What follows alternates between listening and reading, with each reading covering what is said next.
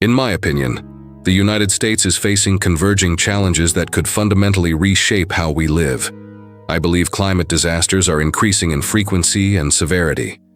The housing market is showing warning signs that remind me of 2008. International trade relationships appear to be deteriorating. Based on everything I've researched and analyzed, I think the question isn't if we'll face major disruptions, it's when. Today I want to share my perspective on how to prepare for these potential scenarios and build genuine self-sufficiency regardless of what happens. Welcome back to the channel. I share my analysis of economic trends, preparedness strategies, and practical self-sufficiency approaches. I want to be crystal clear from the start. Everything in this video represents my personal opinion based on my research and interpretation of current data. I'm not a financial advisor, economist, or prophet. I could be wrong about some or all of this, but I believe in the philosophy that preparing for potential challenges is always worthwhile, even if those challenges never materialize. Today's video focuses on 5 major areas where I believe Americans should consider building resilience and self-sufficiency. Whether you agree with my assessment of future risks or not, the skills and strategies I'll share will improve your quality of life and financial security regardless. Building self-sufficiency isn't about fear.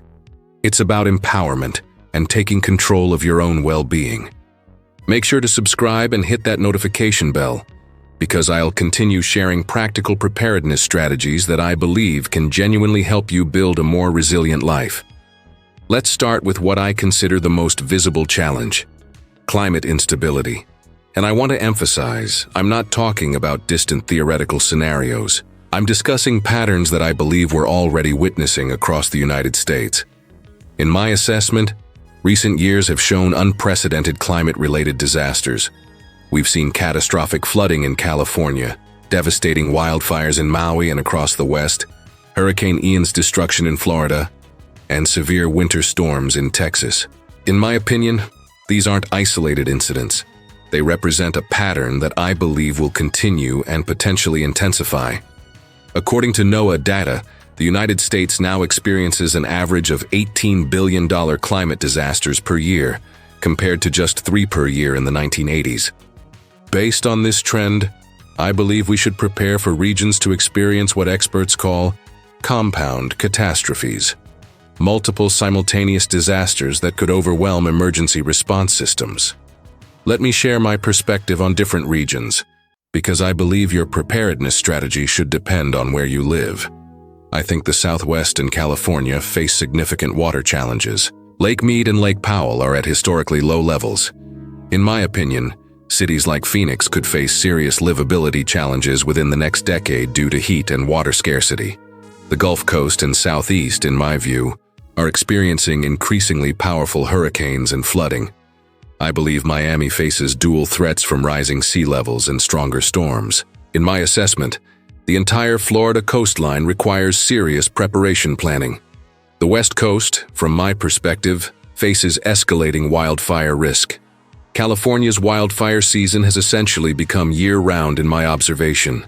I've noticed that insurance companies are pulling out of these high-risk areas, which I believe signals the severity of the situation. The Midwest, in my opinion, is experiencing agricultural volatility due to extreme weather patterns. I believe traditional farming zones are shifting, and this concerns me regarding future food security and prices. So what do I recommend as a preparedness strategy for climate challenges? First, I believe you should honestly assess your current location and its specific risks. In my opinion, if you're in a high-risk zone, floodplain, coastline, wildfire area, or water-stressed region, having a solid evacuation plan is essential preparedness, not paranoia. I recommend building what I call a climate resilience kit. This should include, in my opinion, N95 masks for air quality issues, robust water filtration systems capable of producing at least 1 gallon per person per day, portable solar power solutions, and at least 3 months of non-perishable food. I believe this represents basic preparedness based on scenarios we've already witnessed. I think it's worth considering climate-conscious relocation if you have the means and flexibility. In my assessment, The Great Lakes region, parts of the Northeast, and interior Pacific Northwest offer more climate stability. I'm not saying everyone should move, but I believe having this option in your long-term planning makes sense. For those staying in their current locations, I recommend installing home resilience systems. This includes, in my view, backup power solutions, rainwater harvesting where legal, improved insulation and climate control, and creating defensible space if you're in a fire-prone area. I believe these investments provide value even if worst-case scenarios never occur. They increase your self-sufficiency and reduce dependence on fragile infrastructure. The core philosophy I want you to take away is this: building resilience against climate challenges isn't about doom and gloom. It's about taking intelligent control of your living situation. It's about not being completely dependent on systems that might fail. It's about the empowerment and peace of mind that comes from genuine preparedness. Now, I want to share my perspective on something that I believe will affect most Americans: potential instability in the real estate market. I need to emphasize again that this is my opinion based on my analysis of current data and trends. I could be wrong, but I believe the patterns I'm seeing warrant serious attention and preparation. In my assessment, the American housing market shows several concerning indicators that remind me of conditions before previous corrections. I'm not predicting an exact timeline or severity, but I believe understanding these patterns can help you make better housing decisions and build financial resilience. Let me start with commercial real estate, which I believe is already showing significant stress. The pandemic permanently changed work patterns in my observation. Remote work appears to be a lasting shift, which means office buildings in major cities are substantially vacant. I've read estimates suggesting office occupancy in major cities is around 50 to 60% of pre-pandemic levels. Here's what concerns me about this situation. Commercial real estate operates on different financing terms than residential property, typically short-term loans requiring refinancing every 5 to 10 years. My understanding is that hundreds of billions in commercial real estate loans are maturing between 2024 and 2027, but these properties are worth less than when the loans originated. I believe this creates pressure on the banking system. I think commercial real estate stress could create ripple effects. Regional banks hold significant commercial real estate loans, and we saw some bank failures in 2023 that I believe were partially related to this. In my opinion, if commercial real estate values continue declining, it could affect credit availability across the economy. But in my view, residential real estate faces its own challenges. I believe housing prices in many markets have become disconnected from wage fundamentals. The median home price being 7 times median household income in many areas seems unsustainable to me, compared to the historical healthy ratio of 3 to 4 times. Interest rates have risen dramatically from pandemic-era lows, which I think has essentially frozen much of the market. People with 3% mortgages face 7% or higher rates if they sell and buy again. In my opinion, this creates an illiquid market that could correct suddenly when circumstances force people to sell. Here's something I find particularly concerning and rarely discussed. I believe climate risk is significantly underpriced in current real estate valuations. Insurance companies are abandoning entire markets, State Farm in California, various insurers in Florida. In my opinion, when property becomes uninsurable, it becomes essentially unsellable and unmortgageable. I think millions of Americans may own property in areas that could become very difficult to insure or sell within the next decade. Coastal properties, wildfire zones, floodplains. In my assessment, these locations face potential value destruction that isn't yet reflected in current prices. I also believe there's a demographic factor many people overlook. Baby boomers own a large share of American real estate and will increasingly need to sell to fund retirement. But I don't see enough younger buyers at current price levels to absorb this inventory. In my opinion, when this selling wave intensifies, it could pressure prices significantly. So, what's my recommended strategy for building housing resilience? If you currently own property, I believe you should honestly assess your specific risks. Is your property in a climate danger zone? Could it become uninsurable? Is your local economy dependent on declining industries? If you answer yes to these questions, I think it's worth considering selling now, even at a modest loss rather than risking much larger losses later. This is just my opinion. You need to make your own decision based on your circumstances. If you're currently renting, my advice is don't feel pressured to buy in what I consider an inflated market, just because conventional wisdom says renting is wasteful. In my opinion, buying at potential peak prices is far riskier than renting and waiting for better opportunities. I recommend keeping housing costs as low as possible, saving aggressively, and being patient. I think it's wise to diversify wealth away from real estate if you have significant home equity. Americans traditionally keep too much wealth in their homes, which I believe made sense when housing consistently appreciated, but may be riskier going forward. In my opinion, extracting some equity and diversifying into other assets could provide more resilience. If you must buy now, I recommend focusing on what I consider climate-resilient locations with strong, diverse local economies, solid infrastructure, and stable populations. In my view, you should avoid anywhere requiring special flood or fire insurance, anywhere dependent on depleting groundwater, and anywhere with declining economic fundamentals. I think buying smaller and more affordable than you can technically qualify for provides a safety margin if income drops. I also believe we should prepare for rental market pressure. As homeownership becomes less accessible, rental demand will likely increase, potentially driving rents higher. If you're renting, I recommend trying to lock in longer-term leases when possible. I think considering house sharing or multi-generational living arrangements makes economic and social sense in the current environment.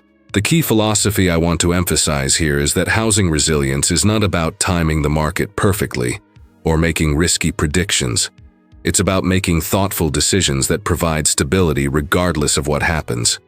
It's about not overextending yourself financially. It's about having flexibility and options rather than being trapped in an unsustainable situation. Building housing resilience, in my opinion, means living within or below your means, avoiding excessive debt, choosing locations wisely, and maintaining the flexibility to adapt if circumstances change. These are sound principles whether the real estate market crashes, stays stable, or somehow continues rising.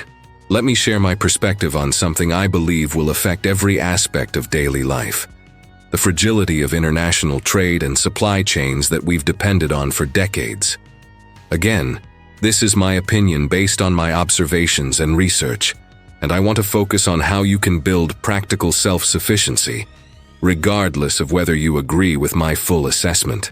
For the past several decades, in my observation, the United States has operated on a globalization model.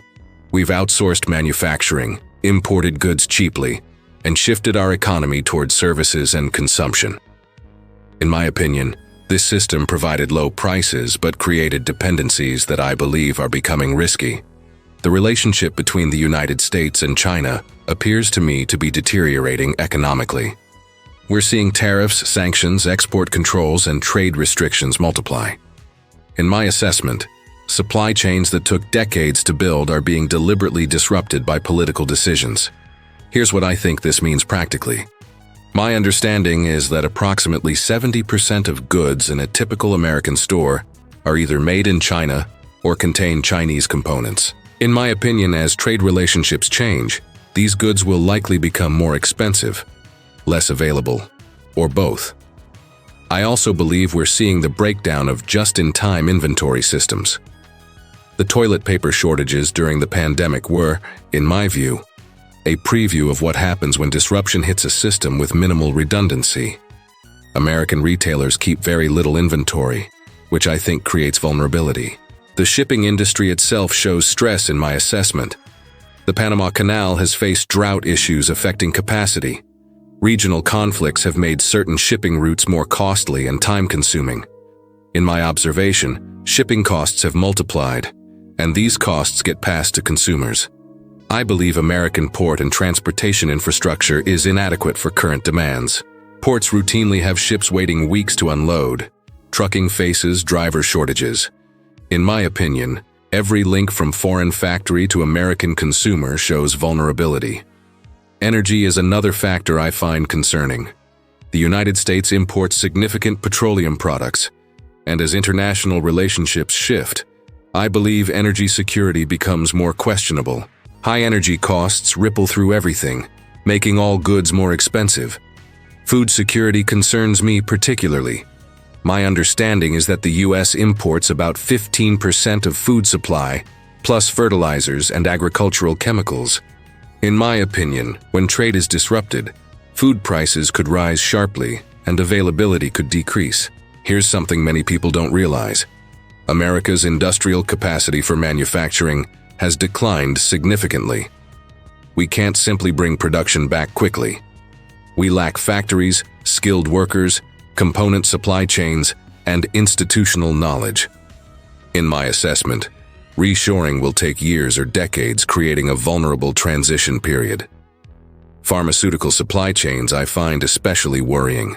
About 80% of active pharmaceutical ingredients are manufactured overseas, primarily in China and India. In my opinion, trade disruptions could create medication shortages, including antibiotics, blood pressure medications, and other essentials. So, what's my recommended strategy for building supply chain resilience and self-sufficiency? First, I believe we should accept that the era of endless cheap goods may be ending. Adjusting expectations and budgets accordingly seems wise to me. I recommend intelligently stocking essential goods. This isn't hoarding in my view, it's recognizing reality and building personal resilience. Focus on durable, essential items that are currently affordable. Medications you need, quality tools, durable clothing and footwear, household basics. I prefer buying quality items that last rather than disposable cheap goods.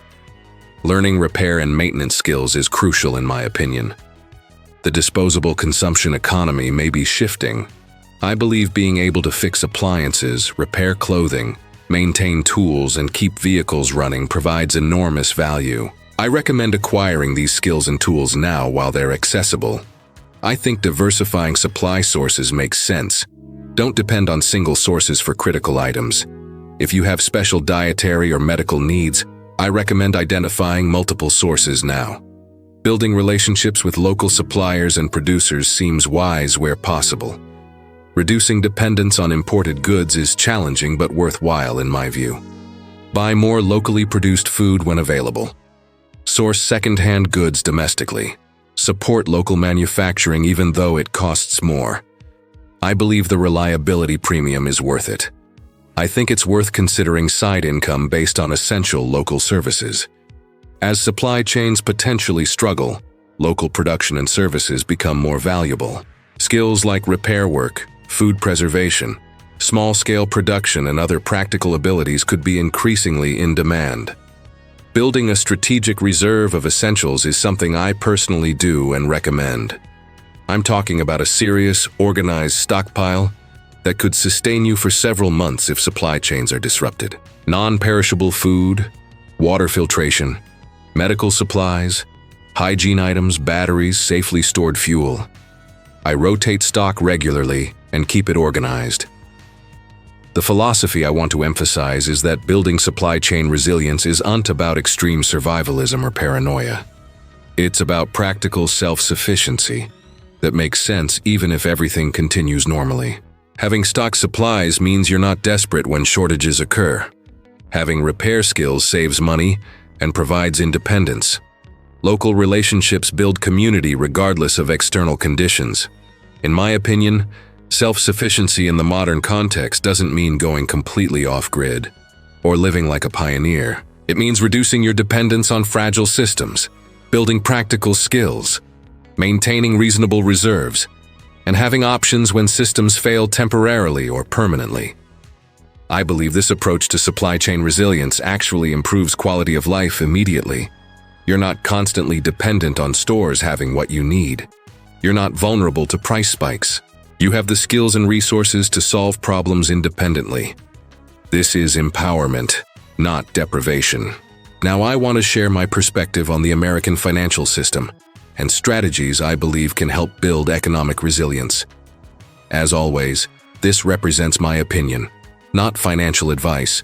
I'm not a financial advisor, and you should consult professionals for your specific situation.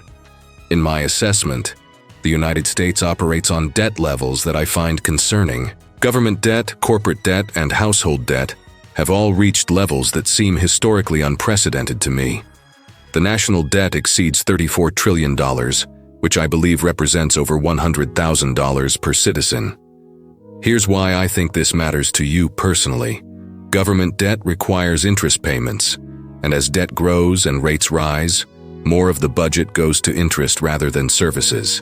In my opinion, we're approaching a point where interest payments could exceed defense spending, potentially meaning reduced services and pressure for higher taxes. I believe the Federal Reserve faces difficult choices. They printed trillions during the pandemic, which contributed to inflation we haven't seen in decades.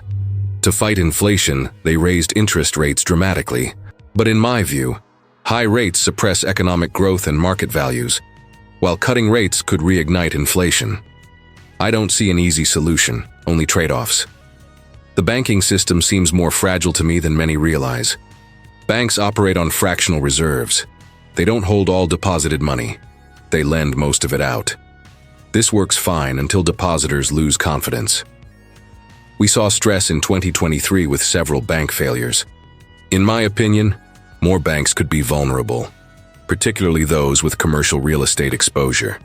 The FDIC insures deposits, but my understanding is they don't have nearly enough to cover all insured deposits if multiple large banks failed.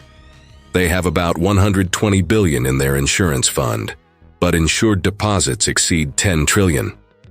In my view, a real crisis would require massive government intervention. Stock markets seem overvalued to me by many historical measures. Price-to-earnings ratios, market cap relative to GDP, these are at or near all-time highs in my observation. This is happening while I believe corporate profits are under pressure and economic growth is slowing. Markets can stay irrational for extended periods, but I think caution is warranted. Pensions worry me significantly. Both public and private pensions appear substantially underfunded in my assessment. State and local government pensions alone have over $1 trillion in unfunded liabilities, based on what I've read. I believe future pension payments are far from guaranteed for many retirees. Social Security is projected to face funding challenges starting around 2033 or 2034, based on current estimates. At that point, my understanding is that incoming payroll taxes would only cover about 79% of promised benefits. I believe people counting on Social Security should have backup plans. The dollar's role as world reserve currency appears to be facing challenges, in my opinion. More countries are trading in alternative currencies and building systems that bypass the dollar. If the dollar loses its privileged position, I believe the US would face significant inflation and reduced living standards. Inflation is eroding purchasing power in my observation. Even when official numbers are moderate, real-world costs for housing, food, energy, healthcare, and education seem to rise faster than wages. I believe the middle class is facing systematic pressure on living standards. So what's my recommended strategy for building financial resilience? First, I believe cash in a bank is being devalued by inflation constantly. In my opinion, you should protect wealth by diversifying beyond pure dollar holdings. I recommend paying down high-interest debt aggressively. If economic systems become unstable, debts remain, but income might not. I'd eliminate credit card debt, car loans, and consumer debt as quickly as possible. The exception, in my view, is low fixed-rate mortgages, which inflation actually helps with. Building an emergency fund of at least 6 months' expenses seems essential to me, and honestly, 12 months is better given current uncertainties. Keep this in a high-yield savings account at a financially strong bank. Yes, inflation erodes it, but I believe liquidity and safety matter more than returns for emergency funds. I think diversifying assets across different categories makes sense. Don't keep everything in stocks, real estate, or any single asset class.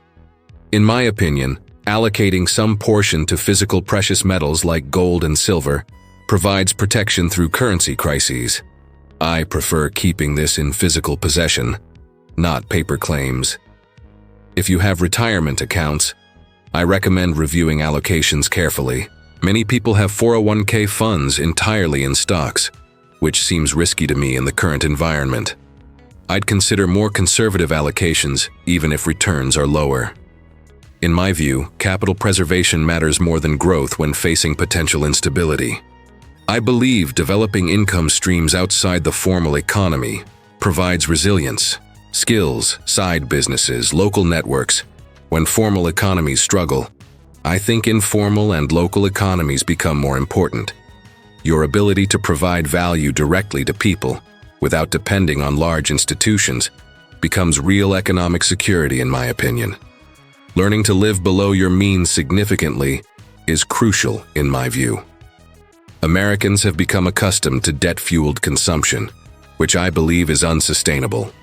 The less you need, the more resilient you are.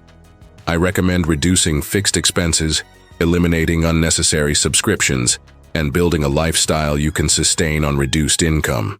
For those with significant assets, I think international diversification deserves consideration. This doesn't necessarily mean moving out of the country, but having some assets in foreign currencies or investments could provide protection if the dollar specifically struggles. This is complex with tax implications, so professional advice is necessary, but worth considering in my opinion. The core philosophy I want to emphasize is that financial resilience isn't about perfectly timing markets or making aggressive bets. It's about building a strong foundation that can weather various scenarios. It's about not being over-leveraged. It's about having multiple income streams and asset types. It's about controlling expenses and living within your means. In my view, these principles provide security and peace of mind regardless of what happens economically. Whether we face serious financial crisis or continued stability, being financially resilient improves your life immediately. You sleep better knowing you have emergency funds. You have freedom knowing you're not buried in debt. You have options because you're not completely dependent on any single system. Finally, I want to share my perspective on social resilience and offer a comprehensive action plan for building genuine preparedness and self-sufficiency. This represents my philosophy and approach. You should adapt it to your own situation and values. In my opinion, when multiple systems face stress simultaneously, economic challenges, climate events, supply disruptions, this creates social pressure. I believe social cohesion is more fragile than most Americans realize, and we've seen concerning trends in recent years. Political polarization in the United States is at levels I find extremely concerning. Americans don't just disagree on policy. In my observation, we live in different information ecosystems with incompatible values. I believe when crisis adds stress, this polarization can create serious social problems. I think we're seeing political tensions increase. I'm not predicting specific outcomes, but I believe the trend concerns me. In my view, when economic stress intensifies and people feel desperate, social cooperation can break down. Urban areas seem particularly vulnerable to disruption in my assessment. Cities depend entirely on complex supply chains, functioning infrastructure, and social cooperation. When these are stressed, I believe cities can become challenging environments quickly. High population density means competition for resources during shortage. Law enforcement and emergency services are already stretched thin in my observation. During widespread crisis, I believe they simply cannot respond to every situation. In my opinion, the assumption that authorities will always maintain order is questionable. I think individuals bear ultimate responsibility for their own security and well-being. Healthcare system capacity concerns me during crisis scenarios. Hospitals operate near capacity normally. During disasters, they're overwhelmed rapidly. In my view, you cannot depend on access to medical care during peak crisis periods. Infrastructure is aging, which I find worrying. The electrical grid seems vulnerable to weather, physical problems, and cyber threats. Water systems in many cities are very old. Roads and bridges need repair. When infrastructure fails during crisis, I believe recovery takes far longer than people expect. Climate migration and displacement will likely create social stress, in my opinion. People displaced from coastal areas, disaster zones, and other affected regions will need somewhere to go. I think communities receiving large influxes of people struggle to maintain stability and resources. So here's my comprehensive preparedness philosophy and action plan. Location matters enormously in my view. Where you are affects almost everything about your resilience. I believe you need to be in a place that's climate stable, economically diverse, has reliable infrastructure, low disaster risk, adequate resources, and ideally, a cooperative community. For some people, this might mean relocating. In my opinion, the best locations are generally smaller cities and towns in the Great Lakes region, interior Pacific Northwest, parts of New England, and areas of the Midwest that aren't solely agriculture dependent. I'd personally avoid coasts, megacities, single industry areas, and anywhere with severe climate risk. But this is my opinion. You must make your own assessment. Building a resilient homestead is worthwhile if possible in my view. I don't mean going completely off-grid. That's unrealistic for most people. I mean having property where you can grow some food, collect and store water, generate backup power, and be relatively self-sufficient for extended periods. Even suburban properties can be set up for significant resilience. Developing practical skills is crucial in my opinion, and will be valuable regardless of what happens. Medical training, mechanical repair, food preservation, construction, electrical work, plumbing, gardening, these skills have value in any economy. I recommend taking classes, watching tutorials, and practicing. Skills can't be inflated away or taken from you. Building strong local community networks is perhaps the most important thing in my view. In crisis, your most valuable asset is trusted relationships with capable people. Get to know neighbors, join local organizations, build genuine friendships based on mutual support. Practice helping each other now before it's critical. Stockpiling strategically and intelligently makes sense to me. You need food, water, medicine, energy, tools, and security supplies. For food, I focus on calorie-dense staples that store long-term. Rice, beans, pasta, oil, canned goods. I aim for minimum 6 months, ideally a year or more.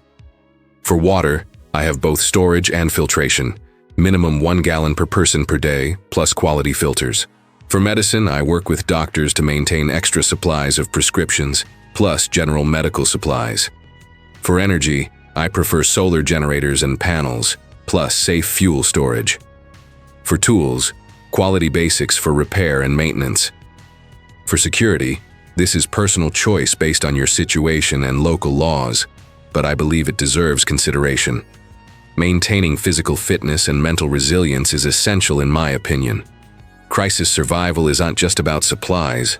It's about your physical and mental ability to handle stress and hardship. I recommend exercising regularly, eating well, getting sleep, and practicing stress management. Building mental toughness through challenging experiences now, while it's optional, pays dividends later. Having multiple backup plans for various scenarios seems wise to me. If you need to evacuate, where will you go? How will you get there? What will you take? Who will you go with? If staying in place, how will you secure your property? How will you access resources? I believe thinking through scenarios and having plans provides confidence. Protecting wealth intelligently across asset classes makes sense in my view. Diversification is resilience. Don't keep everything in any single basket. Physical precious metals, diverse investments, real assets, skills, community relationships. These all represent forms of wealth in my opinion. Most importantly, I believe you should start now. Every week of delay is a week you could have been building resilience. The perfect plan next year is worthless compared to an imperfect plan implemented today. Start small if needed, but start. Every step toward resilience and self-sufficiency is progress. Look, I know this video has covered heavy topics. The scenarios I've discussed are serious, and some of you probably think I'm being overly pessimistic or alarmist. I want to be clear. These are my opinions based on my interpretation of current trends and data. I could be wrong about severity, timing, or whether these challenges manifest at all. I genuinely hope I'm wrong about the worst scenarios, but in my philosophy, Hoping for the best while preparing for challenges is the only rational approach. Everything I've described represents, in my opinion, prudent preparation that improves your life, even if nothing bad ever happens. The challenges facing America may be significant in my view. Climate change is creating stress. Real estate markets seem unstable to me. Trade and supply chains appear fragile. Financial systems seem overextended. Social cohesion faces pressure. But I'm not sharing this to create fear. I'm sharing it to empower action. Here's what I find empowering. You're not helpless. You can take action right now that dramatically improves your resilience and self-sufficiency. Individual preparedness, strong communities, practical skills, and strategic planning can see you through almost any scenario, in my opinion. The people who will struggle most, I believe, are those who do nothing and assume everything will just work out. The preparedness and self-sufficiency strategies I've shared today represent, in my view, positive steps that improve your life immediately. Having emergency funds reduces stress. Owning useful skills provides confidence. Strong community relationships enrich life. Physical fitness improves well-being. Being prepared gives peace of mind. I don't view preparedness as a fearful response to doom and gloom. I view it as an empowering choice to take control of your own well-being. It's about not being completely dependent on fragile systems. It's about having options and flexibility. It's about being able to help yourself and others when needed.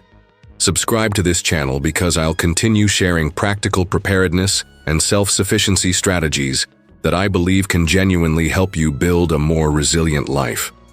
Hit that notification bell, share this video with people you care about, and most importantly, take action based on what makes sense for your situation. Thank you for watching, and I'll see you in the next video. Stay prepared, stay self-sufficient, and stay positive. Because in my opinion, even during challenging times, there are always opportunities for those who are ready and resilient.